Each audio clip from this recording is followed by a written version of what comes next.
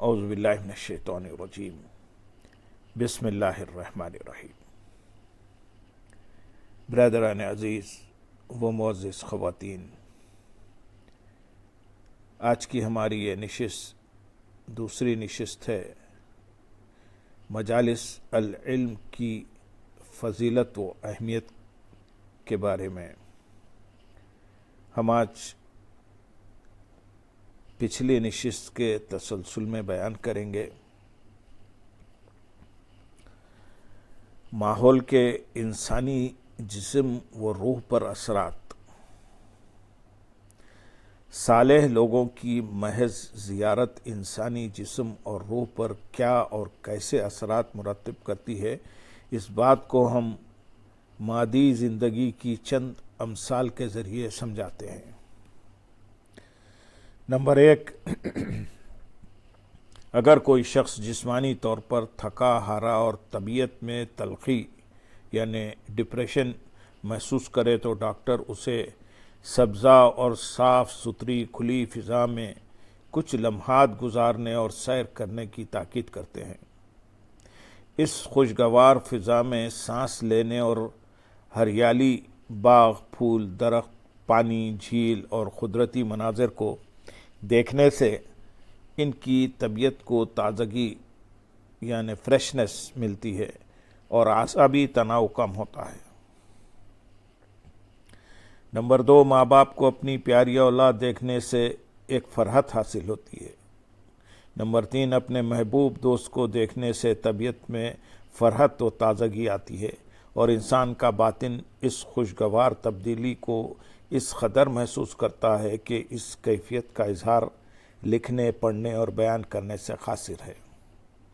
یہ قدرت کا نظام ہے کہ جس طرح چیزیں جسم پر اثرات مرتب کرتی ہیں، اسی طرح اشیاء اور ماحول کے اثرات قلب و روح پر بھی رونما ہوتے ہیں۔ اللہ تعالیٰ نے عالم مادیات میں انسان کو 5 حواس عطا کیے ہیں۔ ان حواس خمسہ سے وہ دیکھتا، چھوتا، سونگھتا، چکھتا اور سنتا ہے۔ انہی 5 حواس کے ذریعے انسانی جسم پر اثرات مرتب ہوتے ہیں۔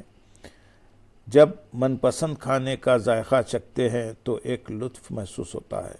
کئی لوگوں کو موسیقی سے فرحت ملتی ہے، بعض لوگ نعت سنتے ہیں تو اس سے طبیعت میں راحت ملتی ہے، کچھ لوگ قوالی سنتے ہیں تو اس سماع سے ان پر ایک کیفیت طاری ہو جاتی ہے۔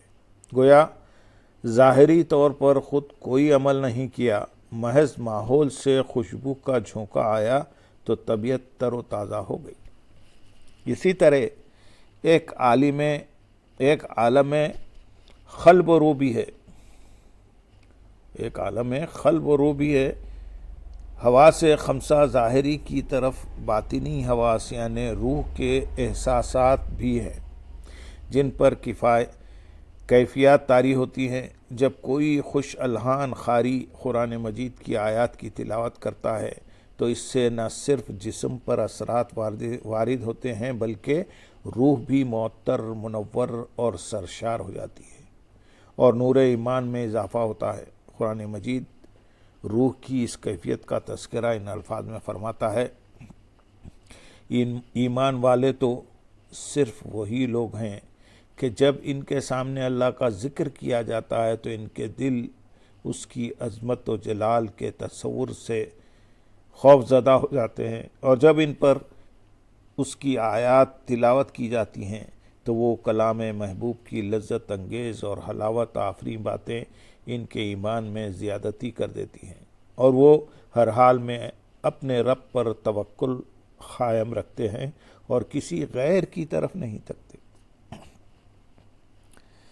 یہ سورۃ الانفال کی آیت نمبر 2 کا ترجمہ ہم نے سنایا۔ اسی طرح وضو اور غسل بھی باطنی طہارت کا ذریعہ ہیں۔ ظاہراً ہم جسم کو دھوتے ہیں مگر اس وضو اور طہارت کا نور اور اثرات قلب و باطن میں بھی سرایت کر جاتے ہیں۔ جس طرح ہم پھولوں کی خوشبو محسوس تو کرتے ہیں لیکن اسے بیان یا تحریر نہیں کر سکتے، اسی طرح کسی اللہ کے مقرب اور صالح بندے کو دیکھنے اور اس کی مجلس میں بیٹھنے سے اسی طرح کے خوشگوار اثرات روح پر بھی مرتب ہوتے ہیں، جنہیں محسوس تو کیا جا سکتا ہے لیکن لفظوں میں بیان نہیں کیا جا سکتا۔ دنیاوی مجالس کے انسانی زندگی پر اثرات۔ ان امثال سے جب یہ حقیقت واضح ہو گئی کہ ماحول کے انسانی جسم اور روح دونوں پر اثرات مرتب ہوتے ہیں، تو اس بات کو سمجھنا مشکل نہیں رہا کہ مجالس کے اثرات انسان کے ظاہر اور باطن دونوں پر مرتب ہوتے ہیں۔ مجالس کے ذریعے انسان اپنے ظاہری و باطنی درجات میں بلندی کا حقدار بھی قرار پا سکتا ہے اور زوال کا شکار بھی ہو سکتا ہے۔ لہذا مجلس کے انتخاب میں احتیاط کا دامن لازم پکڑے۔ صاحب مجلس منتخب کرتے ہوئے دیکھیں کہ کس کی مجلس میں بیٹھا جائے اور کس سے اجتناب کیا جائے۔ اگر مجلس گپ شپ، غیبت، چغلی، کذب، جھوٹ، مبالغہ آرائی اور ٹھٹا و مذاق کی ہوگی تو اس کے برے اثرات قلب و باطن اور روح پر مرتب ہوں گے۔ خواہ یہ مجلس مختصر ہو یا طویل، اپنے اثرات ضرور مرتب کرے گی۔